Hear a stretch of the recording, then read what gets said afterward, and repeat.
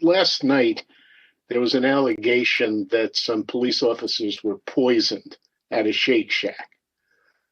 The unions broadcast this on Twitter all night. Turned out to be untrue and false.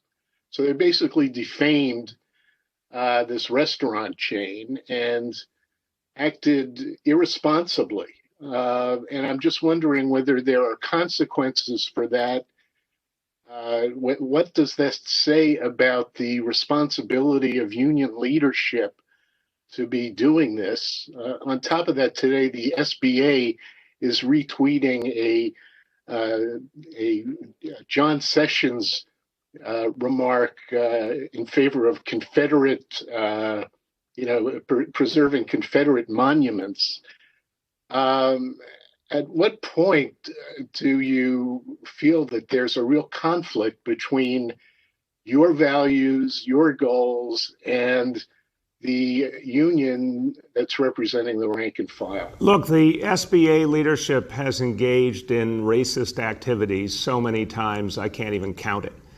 And anyone who is tweeting in favor of Confederate monuments is supporting the structural racist history of this country.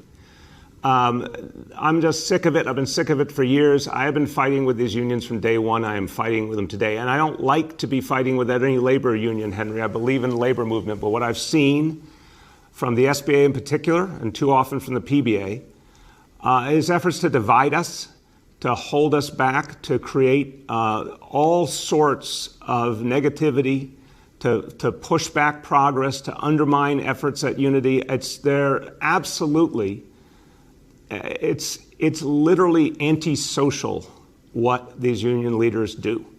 They try to undermine efforts to bond police and community. They try to undermine progress.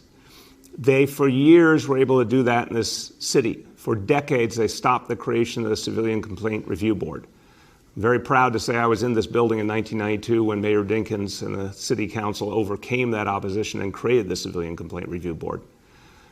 The reality in Albany, for decades, they stopped change to any of the laws that would give us transparency, like the changes we just received finally from the legislature on 50A.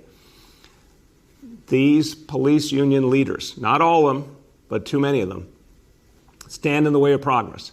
So to your question, Henry, I think it's time for a full review of when their actions reach beyond freedom of speech or the right to represent one's members, which are absolutely appropriate activities, and do things that are counterproductive to the safety of New Yorkers. And in the end, this example last night is a good one. I would think the unions would trust the NYPD to find the truth. And I thank Chief Harrison for so rapidly getting the truth out. But these union leaders don't want the truth. They just want to sow division. And we have to figure out what the limits are on their right to do that. Hey, NBC News viewers, thanks for checking out our YouTube channel. Subscribe by clicking on that button down here and click on any of the videos over here to watch the latest interviews, show highlights, and digital exclusives. Thanks for watching.